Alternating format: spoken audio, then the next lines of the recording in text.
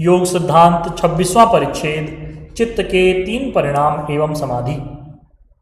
कल हम ऋतंभरा प्रज्ञा के बारे में पढ़ रहे थे कि ऋतंभरा प्रज्ञा के अंदर भ्रम का लवलेश भी नहीं होता।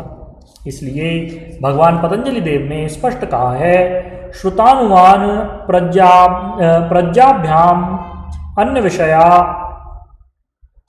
विशेषार्थत्वात्, अर्थात ऋत और अनुमान वाली जो बुद्धि होती है उसे ऋतंभरा प्रज्ञा का विषय उससे ऋतंभरा प्रज्ञा का विषय कुछ और ही होता है, क्योंकि ये विशेष अर्थ वाले हैं। अन्य समाधियों में पंचभूत और तन्मात्राओं का योगी पूर्ण रूपेण साक्षात्कार नहीं पाता, किंतु निर्विचार समाधि की निर्मलता में यह हस्तामलकवत स्पष्ट ज्ञान कराने वाली ऋतंभरा प्रज्ञा ही उसका बल है।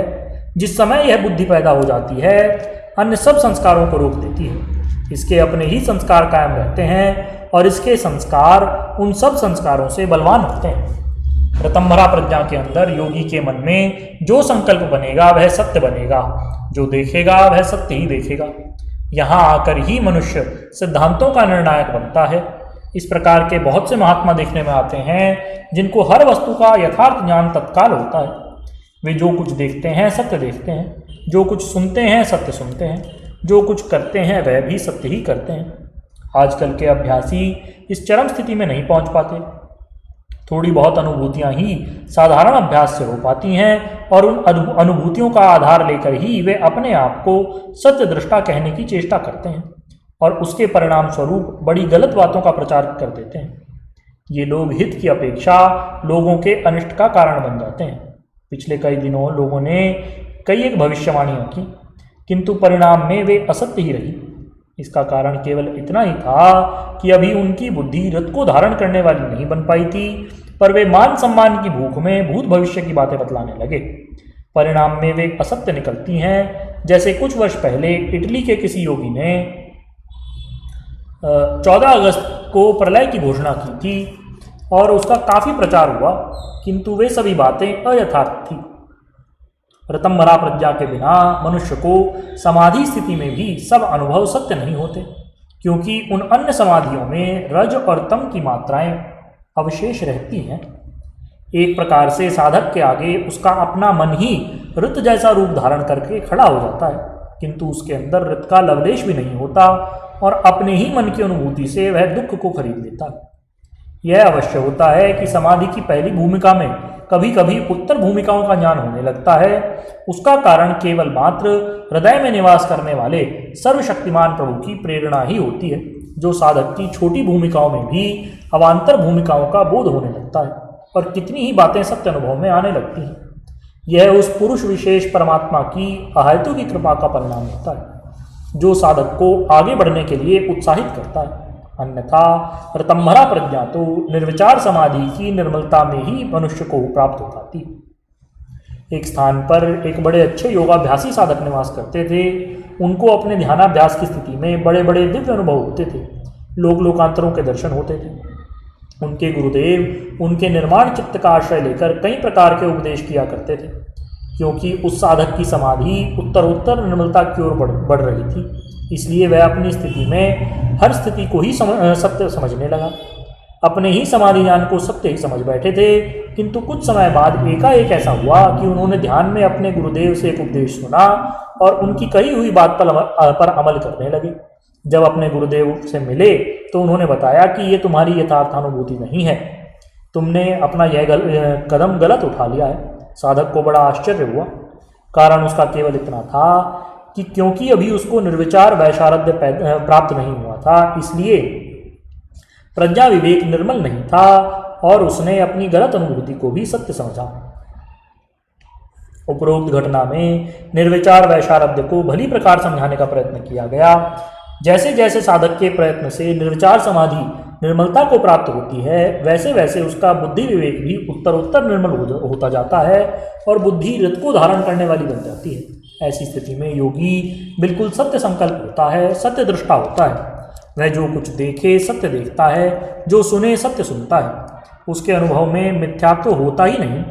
ऋतंभरा प्रज्ञा प्राप्त हो जाने के बाद योगियों के संकल्प में ही पूर्णतया सिद्धियों का वास हो जाता है। उनके संकल्प कभी मिथ्या नहीं होते, इसलिए उनको सिद्धि उपयोग की आवश्यकता ही नहीं रहती। उनका संकल्प स्वयं महाशक्तिशाली होता है।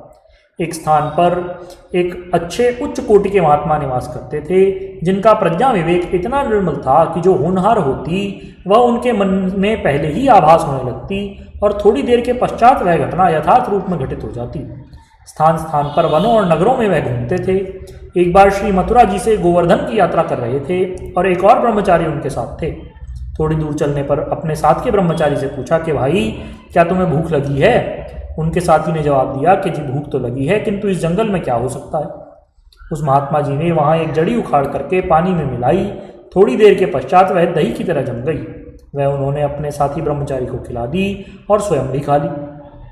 जड़ी में अति बल था और उसके खाने से ब्रह्मचारी ने अनुभव किया कि शरीर में नई स्फूर्ति पैदा हो गई है। थोड़ी दूर और आगे बढ़े महात्मा ने अपने अर्धोन्मिलित नेत्रों से ध्यानमग्न रहते हुए अपने साथी ब्रह्मचारी से कहा कि भाई, हमारे मन में विचार आ रहा है कि यह आगे रहने वाला गांव में एक पटवारी है जो हमारे लिए भोजन तैयार करा रहा है। क्योंकि हमारे मन में यह विचार आए हैं, इसलिए यह सत्य ही है, वह हमें रास्ते पर मिलेगा। पटवारी की आकृति उस महात्मा ने पहले ही बता दी। थोड़ी देर के बाद जब वह आगे बढ़े तो वह पटवारी गांव के बाहर ही खड़ा था। जब ये दोनों महात्मा आगे बढ़े तो उस पटवारी ने नमस्कार किया और आदरपूर्वक प्रार्थना की कि महाराज, मैं बड़ी देर से सोच रहा था कि कहीं से कोई दो महात्मा आ जाएं, उन्हें भोजन करा दूं। मेरे मन में था कि कोई दो महात्मा आ रहे होंगे और मेरे बड़े भाग्य हैं जो आप आ गए। कृपया मेरे घर में भोजन करें। उस पटवारी ने कहा कि मैं जैसा चाहता था उसी प्रकार के दो महात्मा मुझे मिल गए। उन दोनों को आदरपूर्वक वह अपने घर ले गया और वहां जाकर के उसने बड़ी शुद्धि के साथ बनाया हुआ भोजन कराया। वह वैष्णव था, शुद्ध घी से पकवान तैयार कराया था। भोजन करने के उपरांत महात्मा और उसके साथी ब्रह्मचारी राधाकुंड को चले गए। ब्रह्मचारी ने अनुभव किया कि उनके साथी महात्मा को प्रज्ञा विवेक है और निर्विचार वैशारद्य स्थिति पूर्ण रूपेण प्राप्त है। जो व्यक्ति मन के तीनों परिणामों को भली प्रकार समझते हुए संयम को उपलब्ध करते हैं, वे अपने उच्चतम लक्ष्य को पूर्ण रूपेण प्राप्त कर लेते हैं। निर्विचार वैशारद्य में जो ऋतंभरा प्रज्ञा प्रकट होती है, उसके संस्कार अन्य संस्कारों को रोक देते हैं।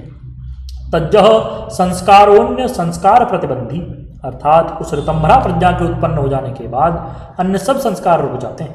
ऋतंभरा प्रज्ञा के सामने सब संस्कारों का रुकना अनायास ही सिद्ध हो जाता है। केवल मात्र यह ऋतंभरा प्रज्ञा ही अस्मि प्रत्यय का रूप धारण करके निर्वाणोन्मुखी वृत्ति के रूप में शेष रह जाती है। ऐसी स्थिति में आकर के ही योगी अपने आप को सर्वव्यापक आत्मा से अभिन्न देखता है और अस्मि, अहमेवास्मि, उसकी वृत्ति अहमेवास्मि, मयि एवमिदं सर्वम, इसका अनुभव करती है। किंतु जब चित्त शक्ति अपने स्वरूप में स्थान ग्रहण करती है, तब यह वृत्ति भी स्वयं शांत हो जाती है। जैसे रुई के ढेर को जला करके अग्नि खुद भी शांत हो जाती है, वैसा ही इस वृत्ति का भी रूप होता है। ये भी अन्य सभी संस्कारों को विलीन करके अपने आप भी अपने कारण में लय हो जाती है। ऐसी स्थिति को ही निर्भीत समाधि कहते हैं। भगवान पतंजलि देव कहते हैं, तस्यापि निरोधे सर्व निरोधान निर्बीजः समाधि।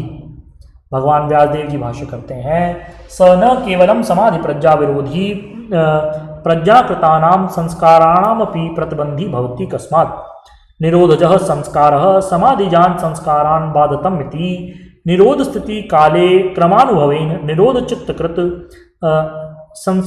संस्कारास्तित्वम् अनुमेयम्, अर्थात वह केवल समाधि प्रज्ञा का ही विरोधी नहीं है, प्रत्युत समाधि प्रज्ञा द्वारा होने वाले संस्कारों को भी रोक देता है।